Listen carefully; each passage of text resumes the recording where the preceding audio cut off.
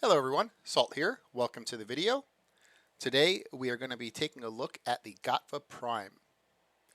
Now in this weapon series, I take a weapon, I build it out, and I test that weapon on its own merits, meaning I don't mix it with any kind of external factors that would increase weapon performance. That would be things like Warframe abilities or pets putting statuses on enemies, things like that. I just leave it up to the viewer to make their own intelligent conclusions about those external things that could be added on those weapons. Things like, hey, Salt put Vault viral on the weapon, but I'm going to be using Nourish, so maybe I'll use a different element. Things like that. So, okay, let's get into the Gotva.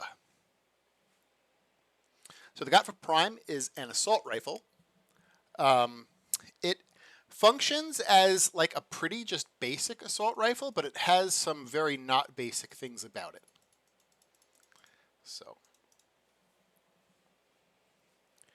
So the Gotva, it has puncture innate, and that's about it. Just has puncture innate. So we're adding viral on it. That's why it has viral and puncture. So puncture is a pretty good status, though. The more stacks you have on target, the more critical chance will be added.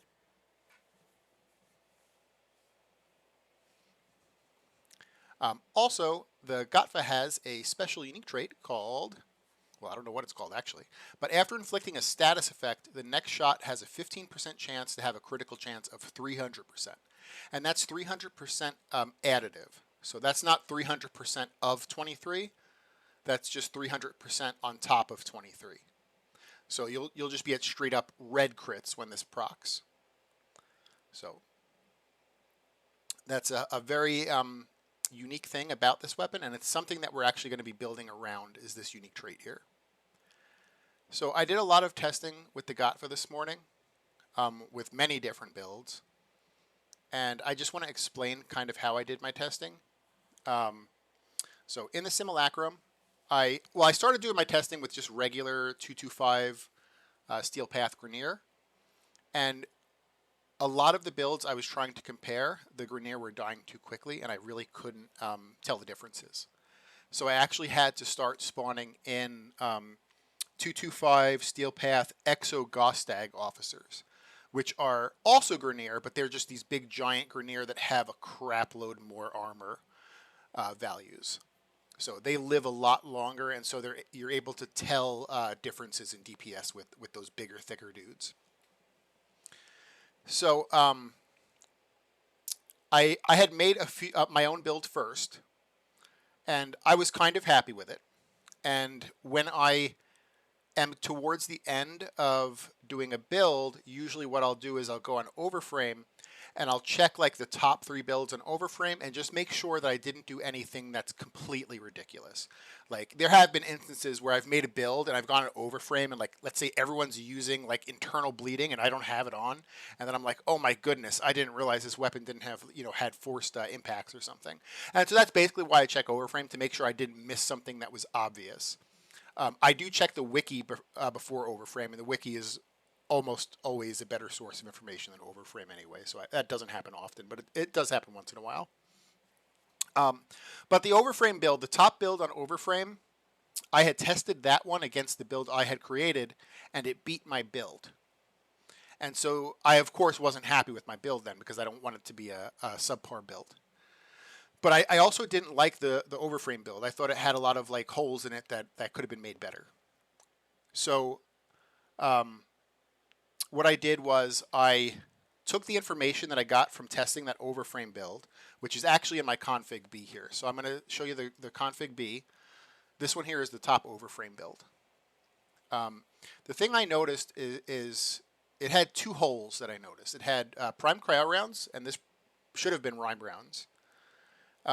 Just because after you inflict a status effect, your next shot has a 15% chance to have a crit of 300%. Well, this build here only has a status chance of 64%. It's not at 100%. So I didn't like that. That was a hole that I did not like in this build. And so I thought this could have been rhyme rounds. The other thing about element mods is element mods don't get factored into critical equations. So even though, yeah, this says like 165 and it's, a big number compared to like the 60/60's only 60, it doesn't get factored into crit equations. So The only time these big giant primed element mods are good is weirdly in status builds. Or hybrid builds that are like way more focused on status. So that was the first hole I saw. Another hole about this is that it increases your viral a bit too much. So you start getting viral way more than puncture, and puncture is actually quite good. Puncture will increase your crit tier once you get enough puncture procs. So that was another thing I didn't like about this mod here. And then the other hole I found was critical delay. So I didn't really see a point in building for crit chance when we're going to get 300% crit chance. So I didn't like critical delay either. But admittedly, my first build that I tested used galvanized scope, which is actually basically the same thing as critical delay, but it's actually better. Which is another thing. I was like, well, why aren't they using if they're going to use a crit mod? Why aren't they using galvanized scope? That's 320 instead of 200. But so that was a hole in this build and my original build that I had seen. And so what I settled on as a better build to test against this one was this one right here. Now, there is basically only two differences. I've switched the primed cryo into rhyme rounds. And I switched the critical delay that gives 200% crit chance into galvanized aptitude. So we have no crit chance mods on this build. We have two crit damage mods. We have Hammer Shot, which is status chance and crit damage, and we have Vital Sense, which is crit damage. And that's because we are going to be getting a lot of criticals. In fact, we're going to be getting a lot of red crits. And so there is a point to put crit damage on your weapon. But you're going to be getting those red crits for free. So there's not really a point in putting crit chance on your weapon. To a certain extent, there is kind of. Galvanized Scope, I believe, could get you to the next red crit tier when you're at a full 5 stacks. The thing is, I don't think it's worth putting on this build unless like you had another mod slot, basically. If you can get like a high crit chance value in a Riven, maybe it'd be worth it, but this has a really low Riven disposition. All right, I'm getting a little bit off topic here. So, okay, so how I did my testing was I had 20 Exogostag officers. All of my testing was on the builds you see here, except every single one had primary Merciless instead of primary Deadhead. I switched Deadhead to this one for this video, but in testing they were all Merciless. And that's because Deadhead was a little bit hard to maintain on those Exo Ghost Stags because they're very powerful. And so a lot of the kills you're getting on those Exo Ghost Stags are actually from your slash procs. And so that wouldn't be counted for primary Deadhead, but it would for Merciless. So I had to do all the testing on Merciless with this build, and with this build. So 20 Exo Ghost Stag officers. I summoned them in at level 1. I killed them all. That way I had full stacks of everything. I had full chamber, full Merciless, full aptitude, everything. I had full stacks of everything. And then I summoned them back in again at 225 Steel Path. And at 225 Steel Path, this build was able to kill those 5 rows of 20 Ghost Stag officers. Or the 20 Ghost Stag officers, they get put like in 5 rows of 4. Yeah. 5 rows of 4. So I was able to kill those 5 rows of 4 in 2 magazines. Consistently. And I did that 5 times. So, and 5 times with a group of 20 level 1s in between to make sure I was maintaining full Merciless chamber and aptitude. So I was able to kill 20 in 2 magazines.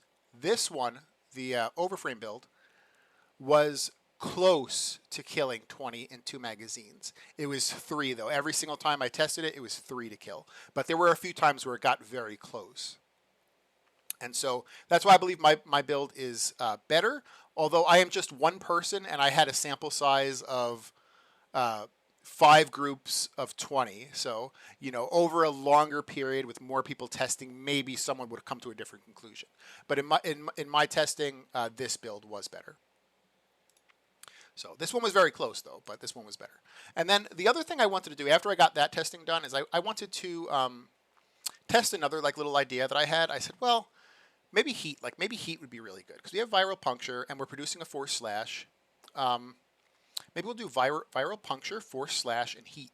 And so I built this one out.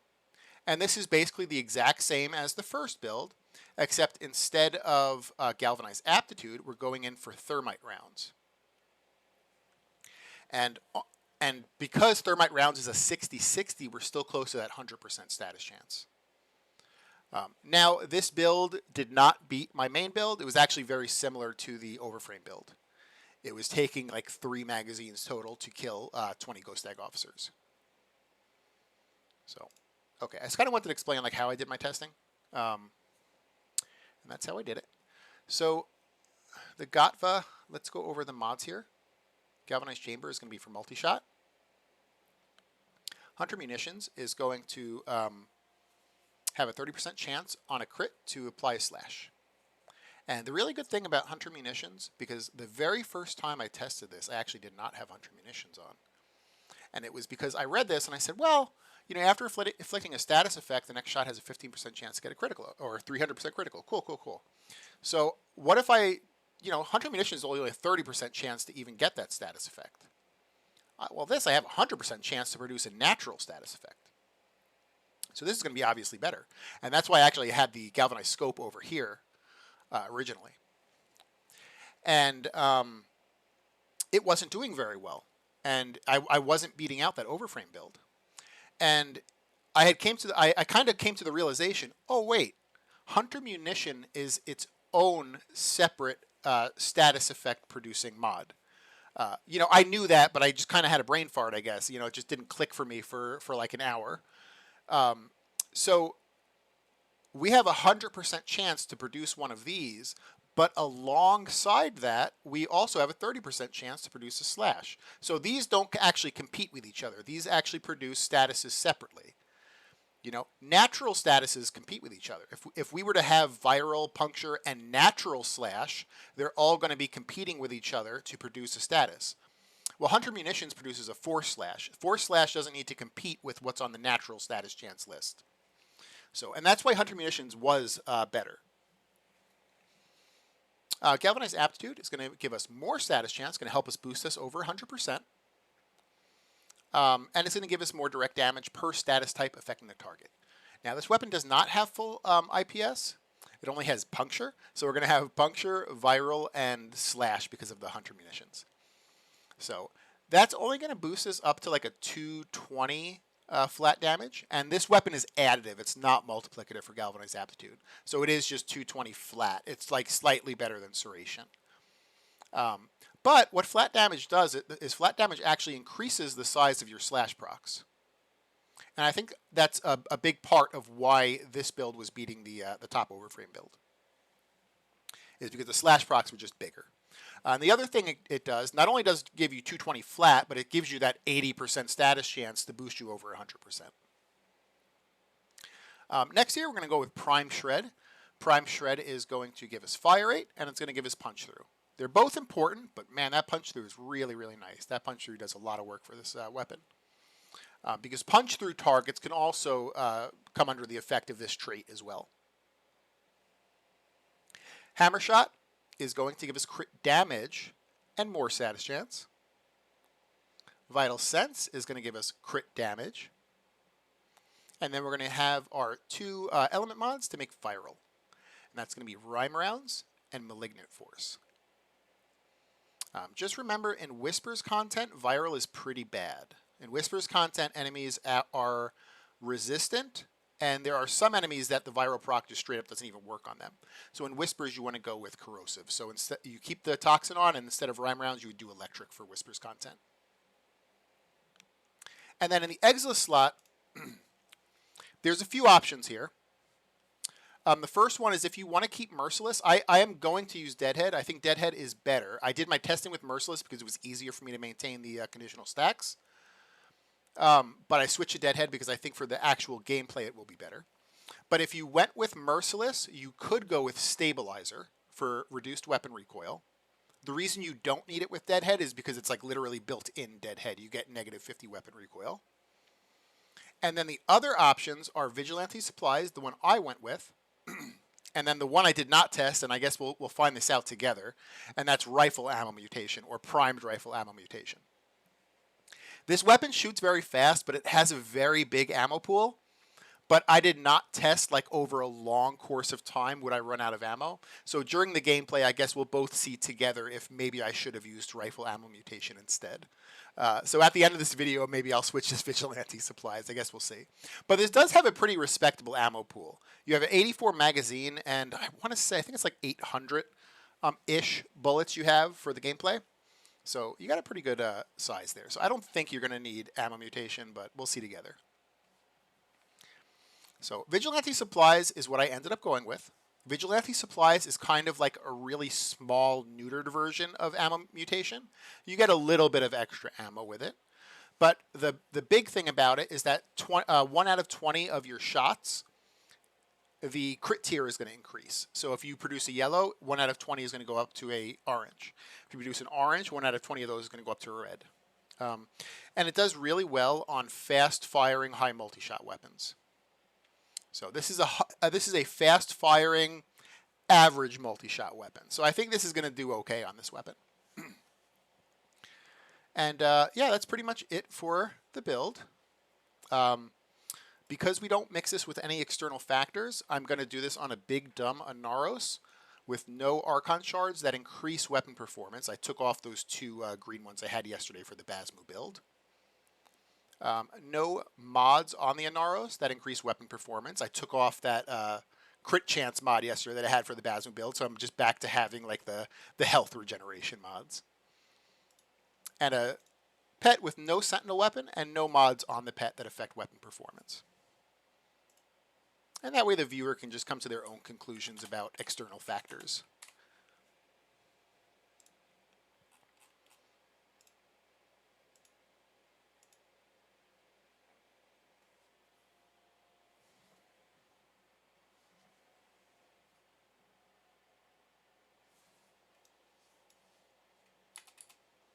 You're going to see me once in a while. Oh my goodness, do I have no audio?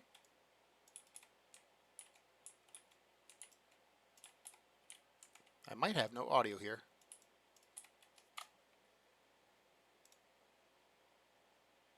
Please tell me it's not so. I might have to redo this whole thing.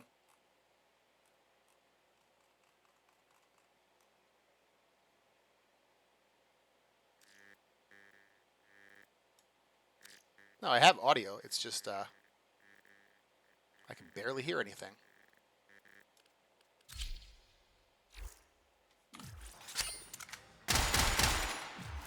That's a little bit too high. All right, let's move it down. 20 just seemed like it was like mute completely. Let's go to 50 here. I'm sorry about this. That's still a little bit too high. Maybe it just decided to come back for some reason. Maybe 20 is okay now. Yeah, I could hear it now. Ah, interesting. Okay. So once in a while during this gameplay, you're going to see me do this. This is just my 3. It gives me armor and it gives me status immunity. It doesn't do anything for weapon performance. Predictable. As expected, Grenier have shut down the environmental systems, sending modified life support capsules. Use these to sustain the environment. So this is mostly going to be a yellow and red crit weapon. Begin harvesting. You will actually get a few whites on enemies that have only been hit like 1 time by this, until they get like a puncture status or 2. Which is why I think that one build went for critical delay, but in practice it wasn't very good.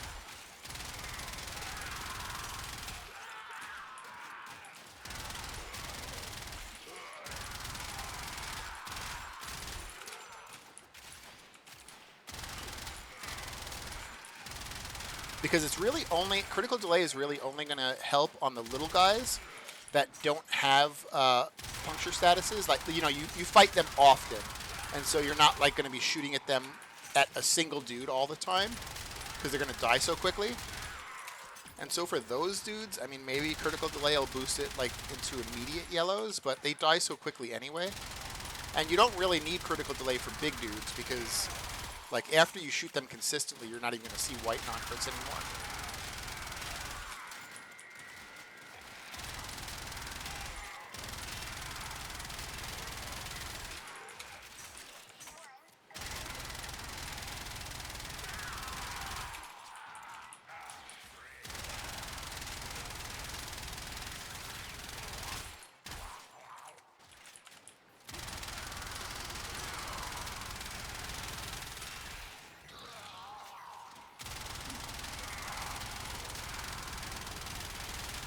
Slash procs are going to be based on your weapon's damage. The individual damage of each bullet on this weapon is actually kind of low, so each individual slash proc is not going to be very strong. But because this weapon shoots very fast, it's going to produce a lot of slash procs. So the slash procs will do significant damage, especially on big guys that can take a few of them.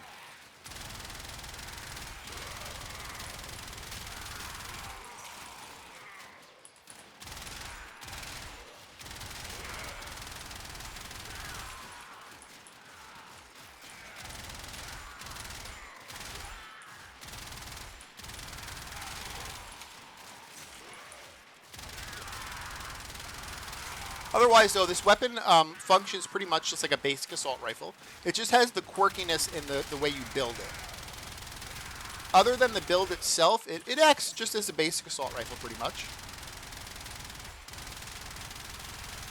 It's going to get a lot more red crits than like a Gova Prime, for instance. But it's going to, at the end of the day, function pretty much the same.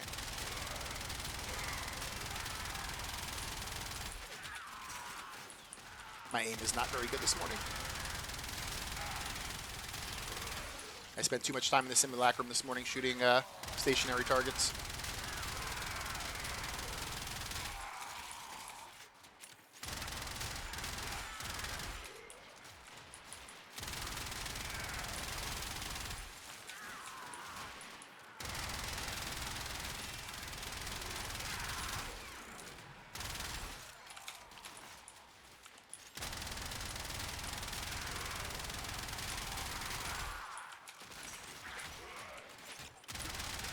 Yeah, so the total ammo pool on here is 840.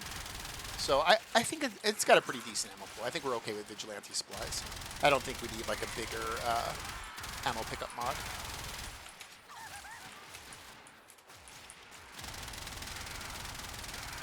You might not even need Vigilante supplies for ammo pickup.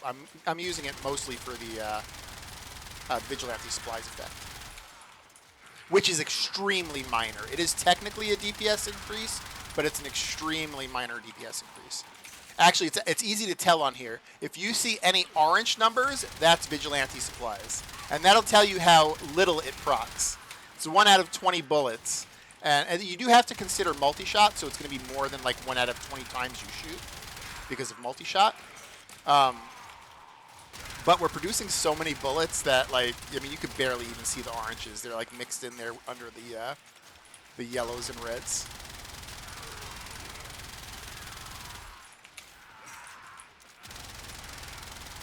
So that's why if you didn't use Primary Deadhead for your Arcane, and you wanted to use Merciless, and you switched to Stabilizer for the Exilus instead, that would be fine too. I don't think Vigilante supplies... I mean, I'm using it. I think it's the best because it's technically DPS increase, but it's so minor it's not really a big deal to not use it.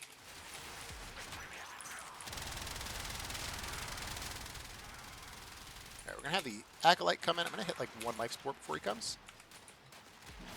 They should do pretty good on the Acolyte. I don't think it's going to do amazing, but I think it'll do pretty good. I think it'll do slightly better than an average assault rifle would.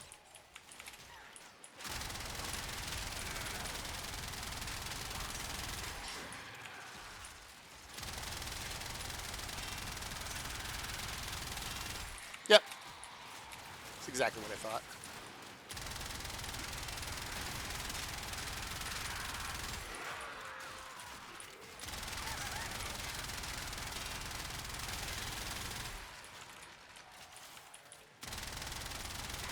It's not going to be painful to fight the Acolyte, but it's also not going to be like a, oh my gosh, Acolyte killer.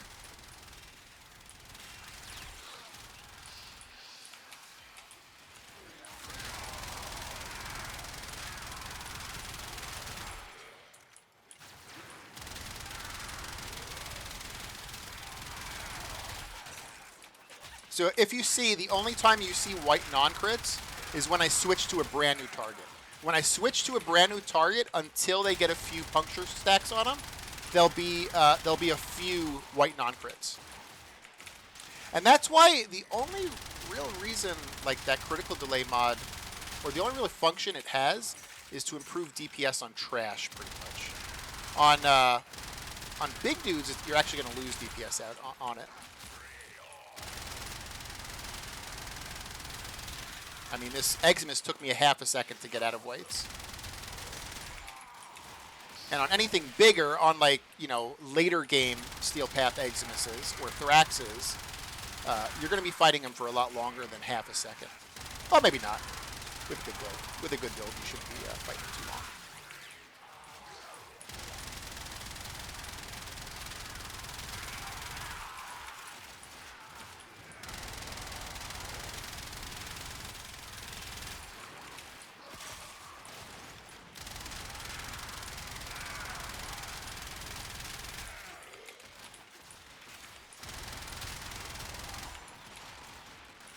We're getting close to 100 videos done. I think we're at, like, I think this is going to be 84 or 85 today.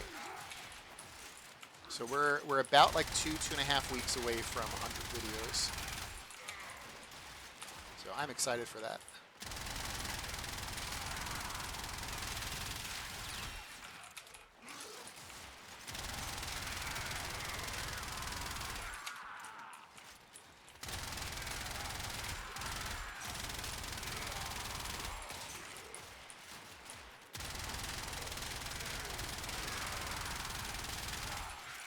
We've only had to hit one life support so far.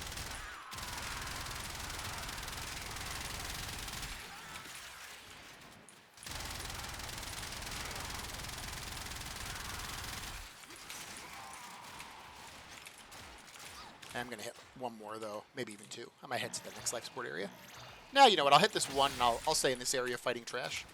That way I can boost our kill count up. Maybe it'll look a lot better at the end.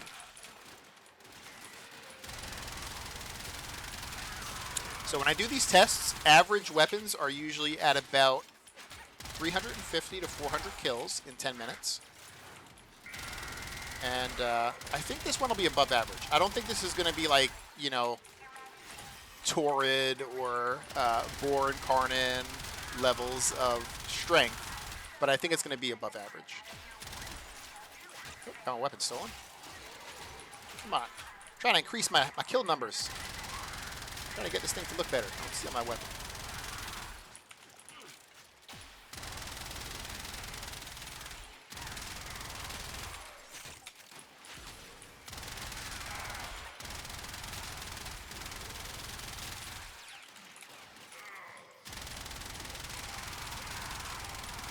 I got 30 seconds left.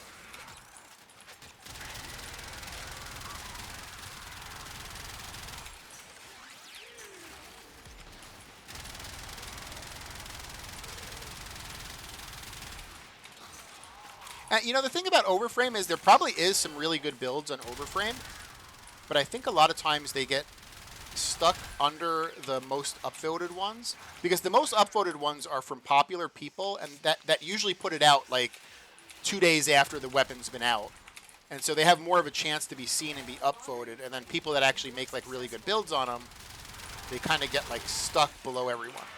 All right, so we're at 10 minutes. I'll check our kill count here. 615. That's pretty damn good. I'm going to kill the Acolyte while I'm here, just for Steel Essence, because I'm a cheap bastard and I need some.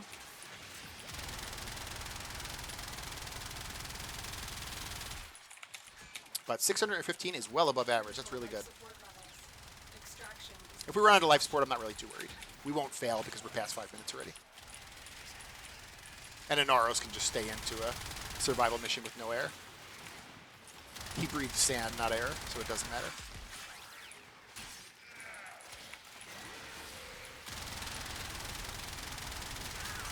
Alrighty. Now, where is my... Oh, there it is. I saw it. I saw the green marker. It's over here somewhere. Extraction is ready. Yeah, I think the people that actually like that test builds and maybe take like a while to test something, they don't get their builds on Overframe very quickly. And so they end up kind of like getting lost in the sauce on Overframe. And the people, there's like 5 or 10 people that are popular build makers, and their builds aren't bad. They're good builds, but a lot of them aren't min-maxed, and but because they're popular, they get upvoted. And so the smaller people that make min-maxed builds, they get kind of lost in the sauce in everyone else's build.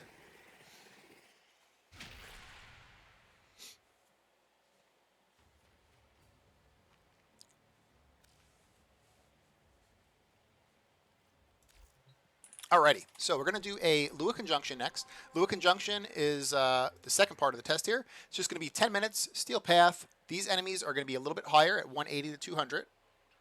Oh, that's because it's a fissure. Well, I'm tempted to do that fissure, but it needs to be consistent with every other weapon, so I got to do the non-fissure. So 180 to 200, mixed enemies, so they're not just all going to be Grineer, and it's going to force me to fight Thraxes, which are slightly higher enemies. Slightly like tankier enemies, kind of like Super Eximuses.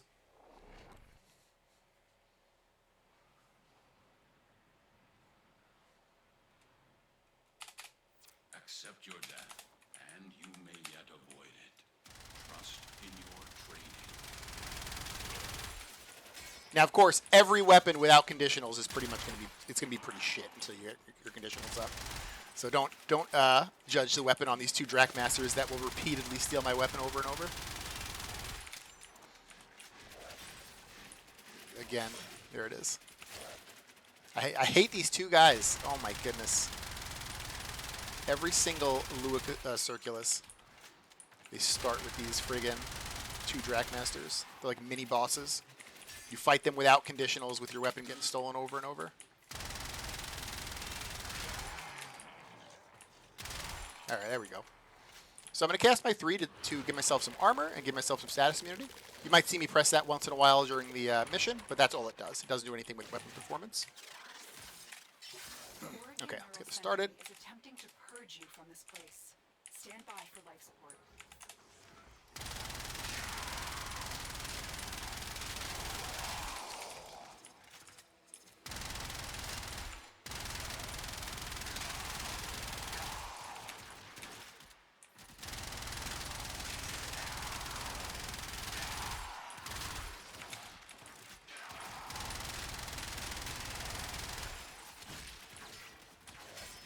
Stole it again. Damn Drakmasters. Hate these guys.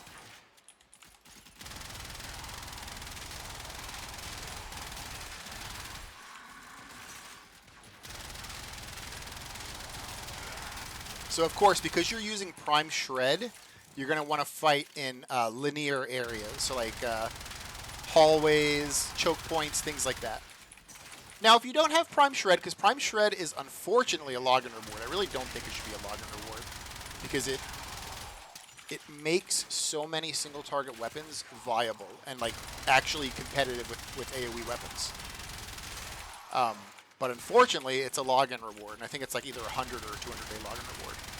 So if you don't have Prime Shred, you can use pretty much any other fire rate mod. Vial Acceleration is the quickest one. That'll give you 90% fire rate instead of Prime Shred's 55. I don't feel like this weapon needs crazy fire rate, but hey, that'll give you even more if you want it. I think any of the fire rate mods that are 60 and above use. I think there's one that's 45. Maybe that one maybe don't use. Then again, I think it's part of the Vigilante set, so maybe it'll boost your rare orange crits up.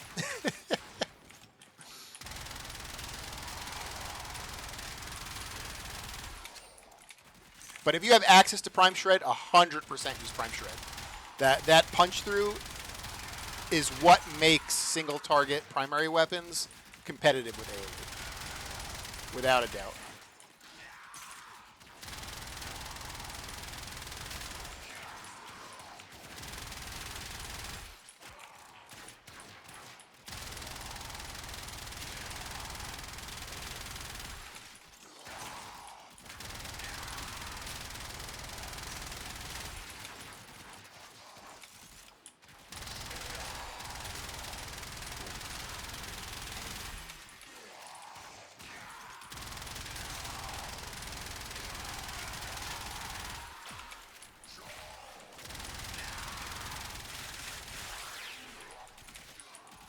I'm gonna hit 1 life support Tenno, if you just to have an cap us extra out again.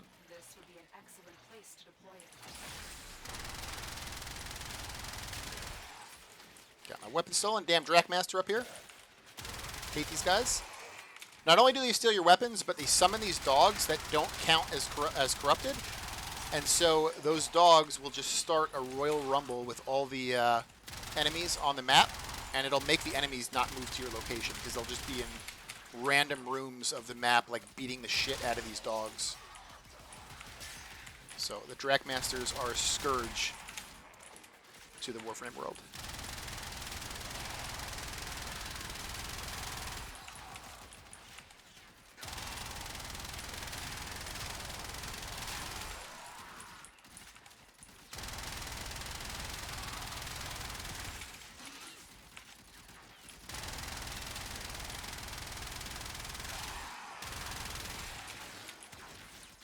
Now, big, huge open rooms like this are pretty much where you don't want to be as a single target punch through weapon. I'm gonna fight in here anyway because this is pretty much where the life supports are for now. But you definitely with a single target punch through weapon, you want to kind of try to position yourself in areas where you can make that punch through do the most work for you. You know, I'm trying to line enemies up here, and you can still line enemies up in big open areas, but you'll have less opportunity, of course.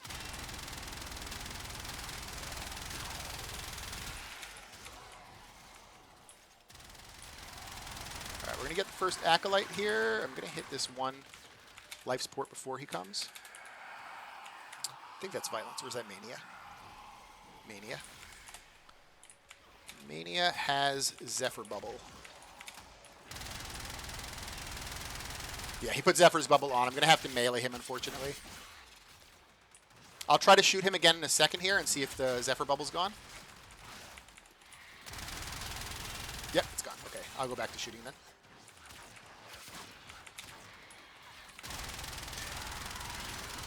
Mania is the Zephyr Acolyte. I think he just put on, yeah, he put on the bubble again. I'm going to go back to melee. He's dead. Okay, let's get the Thraxus down.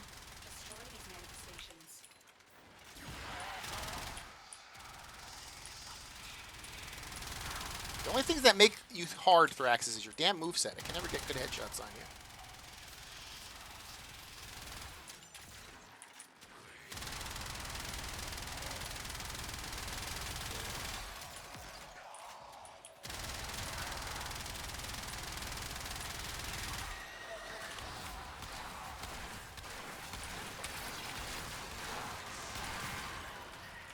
Alright, we got 1 down. Let's work on the other one. I might have to run and get a life support.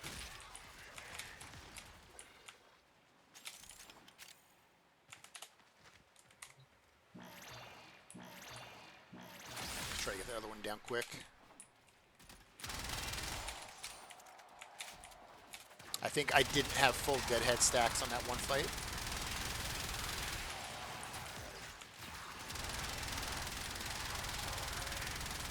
Where is he?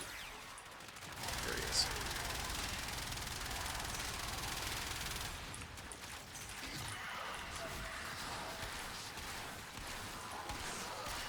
Alright, we got him down. I'm gonna go ahead and head to the next set of life supports. Probably pick up this little one here.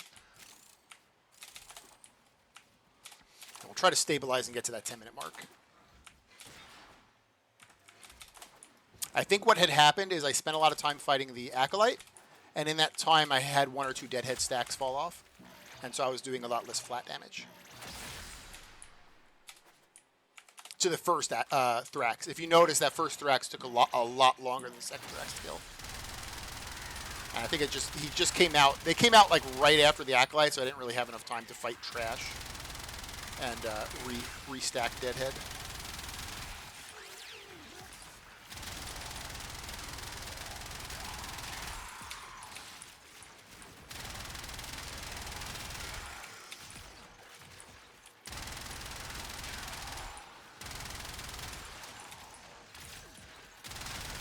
We'll go back to Little Guy Slan.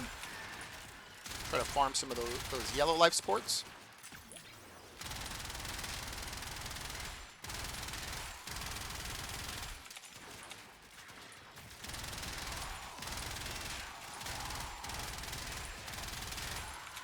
So as far as like Rivens on this go and like what would be good stats, I think multi-shot is the best because multi-shot can trigger its 300% crit effect also. So I think multi-shot is the best. Probably not crit chance because it only has a Riven dispo of 1, so I don't think a small crit chance boost actually does much for the weapon. Just kind of like how critical delay doesn't really do much for the weapon, even at 200% crit. I think on a Riven you would only get like, because of the Riven dispo, it might only be like 100, 120. So maybe not crit chance, probably like status chance. Multi-shot definitely, then maybe like status chance. If you're going to use my build with galvanized aptitude, then maybe a status too, maybe like heat. That would be nice. Because the build I did that had heat was pretty good. It couldn't bank on galvanized aptitude because it replaced galvanized aptitude basically. But if you can get heat and still have galvanized aptitude on there, that'd be nice.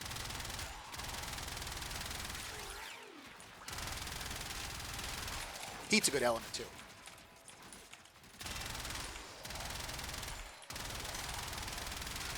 There's like two things about elements. You got people who are vulnerable or resistant to it, and then you got the actual proc. So like heat and cold are actually both really friggin' good elements as far as their like vulnerabilities and resistances. But cold's got pretty booty actual proc effect. That's why heat's like way better than cold. It's because of the proc effect. The actual like vulnerabilities and resistances, cold's pretty fucking good. Hit this here. Almost at 10 minutes. We'll fight the Thraxes. If I can kill the Thraxes and still be at full life support, or not empty life support, I should say, we'll have passed the 10-minute mark test. I have a feeling this might fail on the Thrax fight though. Like, I think we'll get to 10 minutes, of course, but during the Thrax fight, I think we'll go to no life support. All right, let's see. I'm at full deadhead right now.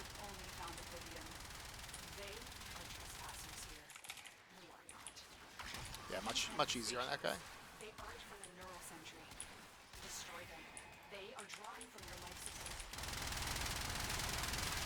We got Malice coming. He's the worst acolyte, of course. Don't put the mag bubble on me, don't be. Go to this guy. Does he put it on my Warframe or can he put it on my operator too? Alright, so we passed. We passed the 10-minute mark. So we're at 355 kills. You expect to get a little bit less kills in Lua because you spend more time fighting big dudes. Oh, he's going to teleport me to him, isn't he? Right, I'm going to fight Malice here.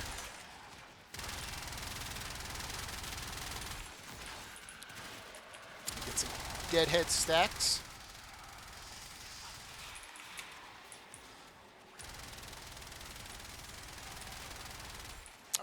Crap. I didn't realize I had the mag bubble on me. Almost selfed down there.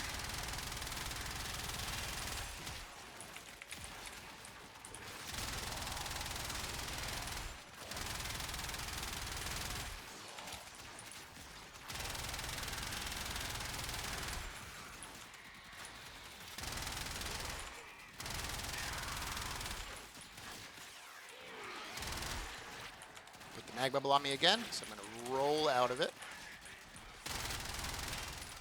If you try to attack, or I should say shoot, if you try to shoot while that mag bubble's on you, you will self down. Even as a big tanky Warframe, but Warframes do so much damage that you'll end yourself very quickly. All right. Let's head to extraction. So what were we at? 355, I think it was, before that Malice fight. That's very average numbers, but you do kind of expect to get lower, like 50 to 100 kills less in Lua because of the time it takes to fight the Thraxes. And the fact that a lot of times the Thraxes come out at the same time as the Acolytes, which extends the fights even longer than they should be. So, but I would still say that's significantly less than it should be than normal. You know, the first one being at what, like 650-ish, and this one being at under 400. But I still think the Gotva Prime is a well above average weapon. I love the quirkiness of it. I like that it's, even though it feels like a basic assault rifle, you know, it feels kind of just like a Kuvikarik. I like the quirkiness that it gets built out differently. And because it gets built out differently, it has more combo wombo potential.